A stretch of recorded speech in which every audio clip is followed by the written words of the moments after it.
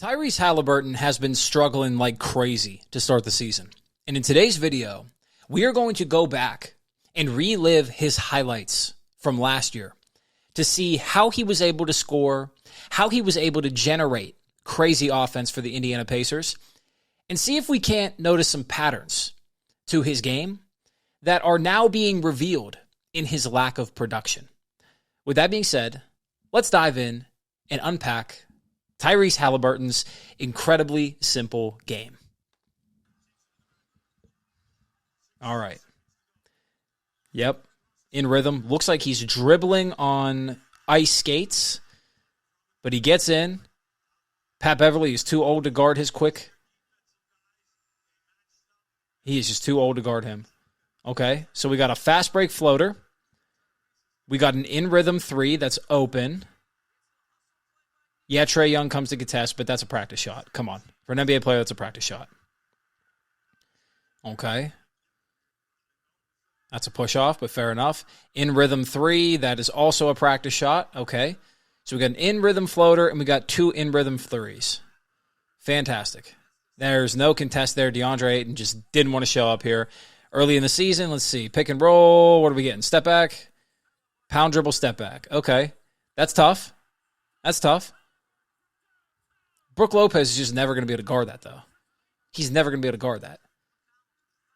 Okay, this is just a fast break. Oh, fast break lob. Obi Toppin has incredible bounce. These jerseys are terrible, by the way. Who came up with these jersey designs? All right.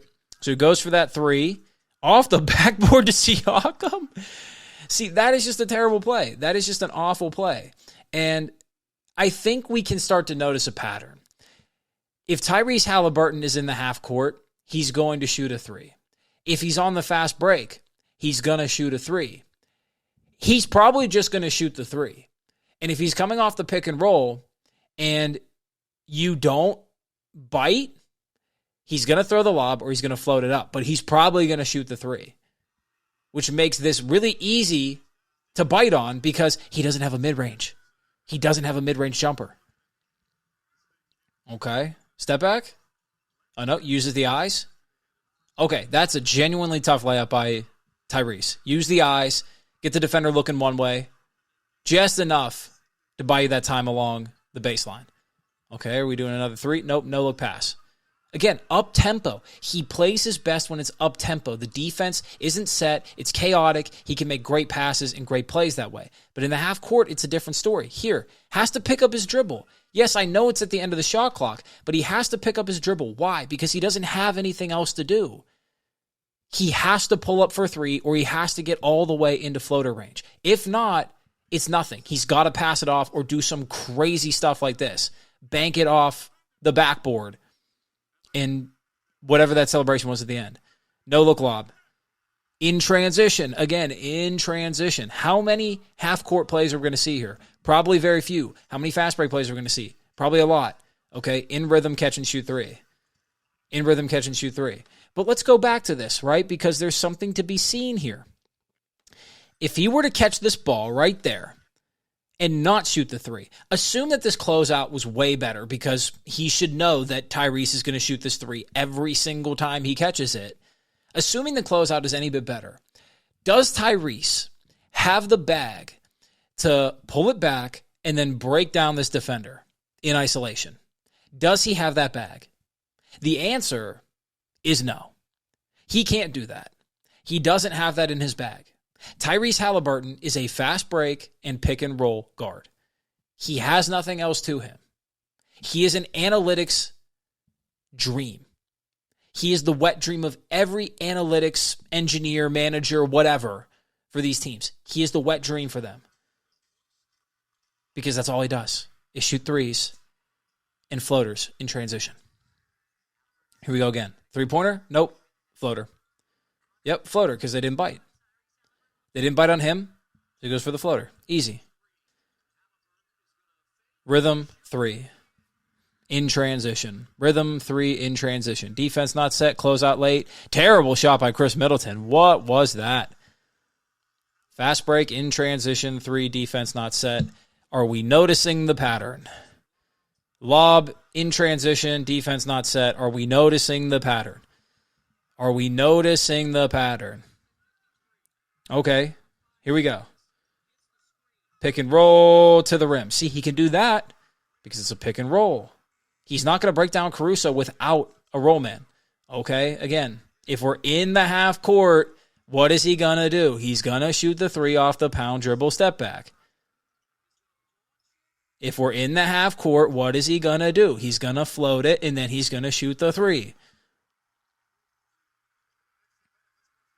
There's nothing else to his game, I promise. Terrible play. But a rhythm three. Off the pick and roll. No defense. Ends up in this highlight tape. Shows you how good this highlight tape is. No defense. Okay.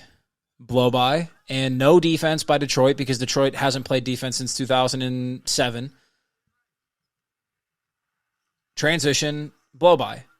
It's a transition blow by. What is the pattern here? Transition. He looks like God. That was a rhythm three right there. One dribble step back, and it was a push-off. One dribble step back, and it was a push-off. I don't know how this isn't called on all levels.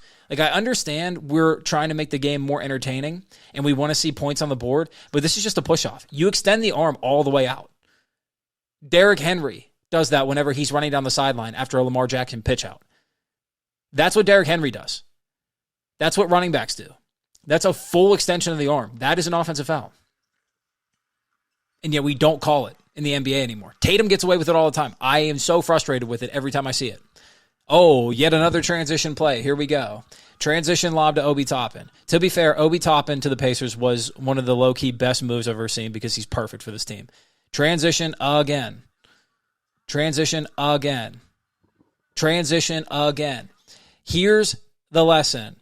Every player looks better when the game is sped up. And when I say sped up, I mean in transition. Every player looks better in transition. Even the worst of the worst basketball players will look great if they know how to run a three-man weave and it's 3-on-2 or 3-on-1. Every single player will look good.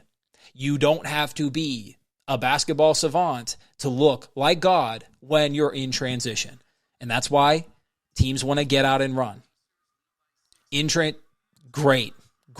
Now, this wasn't in transition, but this was just rapid-fire ball movement. That is fantastic as well. That's better. That was a three. Step back three. Again, step back three. How do we not know this is coming yet? How do we not know? Okay, he's going to float the ball to the rim. Float the ball to the rim because Hartenstein is slow. Hartenstein's slow to recover. Okay, and we're doing, because we don't know how to play the pick and roll. We're going to do that. We know what's coming. Why aren't we playing the pick and roll well? Okay, transition. Transition again. Transition again. Okay, terrible play. Super lucky play. Fair enough. Everybody gets lucky. Transition again. Transition lob again. When you get a full head of steam downhill in transition, when the defense is not set, you're going to look a lot better. That's just a wide open three. Yeah, right? That's what I'm asking too. Everybody just stopped. Okay, and again, he catches the ball at the three-point line. He makes a simple rip through, which is a strong rip through. I can respect the move. And then he goes to the lane. That's an easy finish for an NBA player. It looks difficult, but for an NBA player, that's easy. That's what most players in the NBA do. They catch at the three-point line, they either shoot it, or they take 1 to 2 dribbles, and they get to the rim. That's not what your best player is supposed to do for the majority of his buckets. The majority of your buckets for your best player shouldn't be in transition or off closeouts. At least not to the point where they look like glorified role players. What I'm saying is that Kawhi can hit a tough shot over anybody if he's healthy. Kevin Durant, same thing. Jokic, same thing. LeBron, same thing. Trae Young, Steph, same thing. Steph, same thing. All these guys can hit these tough shots over anybody. Tyrese doesn't have that. And yet we tried to include him in that conversation. He's not one of those guys. This is an analytics offense that breaks down with real competition in the playoffs. Again, hezzy float. Why are we even paying attention to this? Why are we even paying attention to this little eye roll to the back? We know what he's doing. It's a hezzy float. Hezzy float. We know he's not passing it out there. It's a hezzy float. He never passes that ball out either. He always goes to the rim there.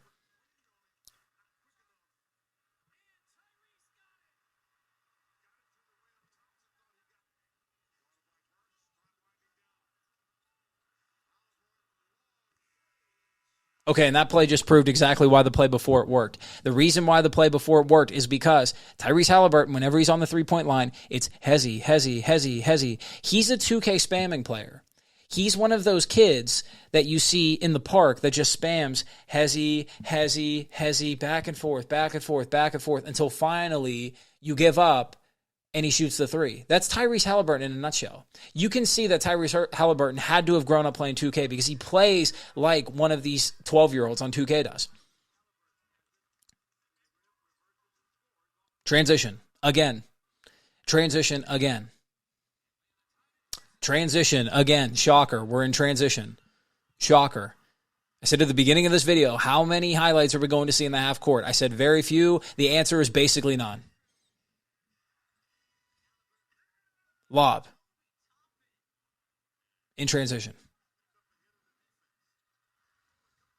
Transition again. Transition again. Oh, we seen a post game. Oh my. See, this, if I wanted to make my point, I would have excluded this from the video because then I would have been able to warp the narrative. But I keep it in because I will say that every dog has its day. Every dog can find a bone, even if it doesn't have the sniffer anymore. Every dog can find one. And in this case, Tyrese Haliburton found it by getting to the post. What I'm saying here is that Tyrese Haliburton's game is so simple. And this year, defenses have recognized how simple it is. And so they're making him do all these things in a more difficult fashion. As in, they're sitting on his hezzies. They're slowing the Pacers down so that they're not in transition all the time. And they're recognizing that whenever he floats the ball, he's not actually looking to pass. He's looking to blow by you. Just like every amateur player I see on Instagram, whenever they hezzy that ball, they're never looking to shoot. They're never looking to shoot the ball. They only hezzy so that you bite and then they can drive. The hesitation is a magician's trick. It only works because you think they're going to shoot. Well, newsflash, none of these players want to shoot whenever they pull the hesitation. None of them do. Only the actual good players do, and there's very few of them. There's very few of them. I would sit on every single hezzy you see at the park because none of these players are prepared to actually shoot it. They hope that you're dumb enough to fall for it. That's my opinion. Maybe I'm wrong. But this is why Tyrese Haliburton is struggling, is because they're taking away all of these simple parts of his game. And when you strip away the simple parts of his game, you find out that there's no more game left. Essentially what we're learning is that Tyrese Haliburton is not going to be good enough to be the primary star of this Indiana Pacers team if they want to reach a finals. They made the Eastern Conference Finals last year. That was an anomaly. That was a fluke. He's not good enough to get them to a finals. I don't think he's good enough to get them to another Eastern Conference Finals. I think they peaked unless they can find somebody who can get offense in the half court. And I don't think Siakam's good enough to do that either. I don't think his mid-range game is polished enough. I don't think his touch is polished enough. I don't think his handle is polished enough. I think he's really good, but he's better in transition. You saw that in Toronto. He was better as the two guy in transition, full head of steam, not a half court set.